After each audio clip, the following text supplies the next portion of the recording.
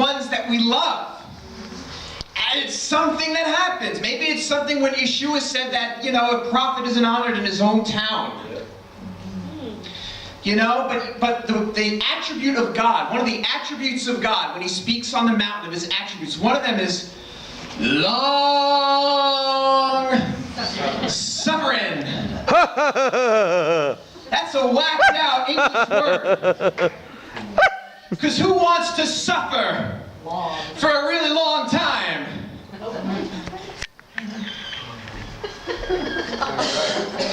Who the heck wants to suffer for a really long time?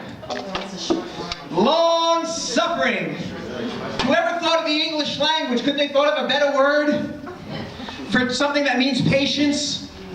For people that need some patience? But Adonai is long suffering. Long suffering. Do you know that for the leper who gets cleansed, there is no time limit? It does not say in Scripture that if he is not cleansed by a certain amount of time, that it's too late. But what it does say is the high priest checks him out. If he's still not clean, he'll come back like a week later, check him out again. If he's still not clean, he'll come back, check him out a week later. Long suffering. Adonai is looking to teach us his attribute of long suffering, of sticking this thing out, because our human nature is to short suffering. That's human nature. Divine nature is long suffering, because he's long suffering with me. So he's teaching us to be long suffering with each other, and long suffering with those who are just so broken and so messed up. One of the things that came to me as I reread that scripture, that Torah portion, is that on the day of the leper's cleansing, the high priest goes to him outside the camp. And you got to understand this. The high priest works at the tabernacle, man. That's the real cleansed place. That's the place where no one cleanliness is allowed to go in. Like if you're in this uncleanly, ritual unclean thing, you can't give your sacrifice at that time. Like the tabernacle is like the divine manifest presence at that time. And that's where the priest hung out. That's where he worked. That's where he made his living. But it says the priest leaves that place,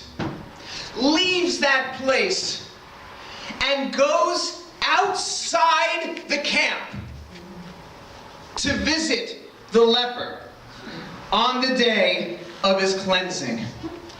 Do you know what's outside the camp? That's like the garbage dump of Israel. That's like the toilet bowl of Israel. That's like the ash heap from yesterday's sacrifices goes there. The sinners go there. It's like the leper colony, whatever that is, of Israel.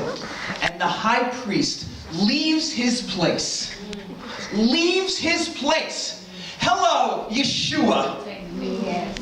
Hello, Yeshua, who left his place to visit this freaking leper outside the camp to declare me clean. Hallelujah. So there's more to say from this Torah portion. You don't need to have leprosy was just showing on our skins to have uncleanness. We don't know what each other is going through inside. We don't know the hell that we're going through, that each other are going through. This Yeshua dances around the place, will run around the place and jump and shout, but you don't know the hell this guy goes through on a day-by-day basis. And even it's the same thing with all of us. We don't know what's going on But whatever is going on, the high priest leaves the tabernacle to visit us.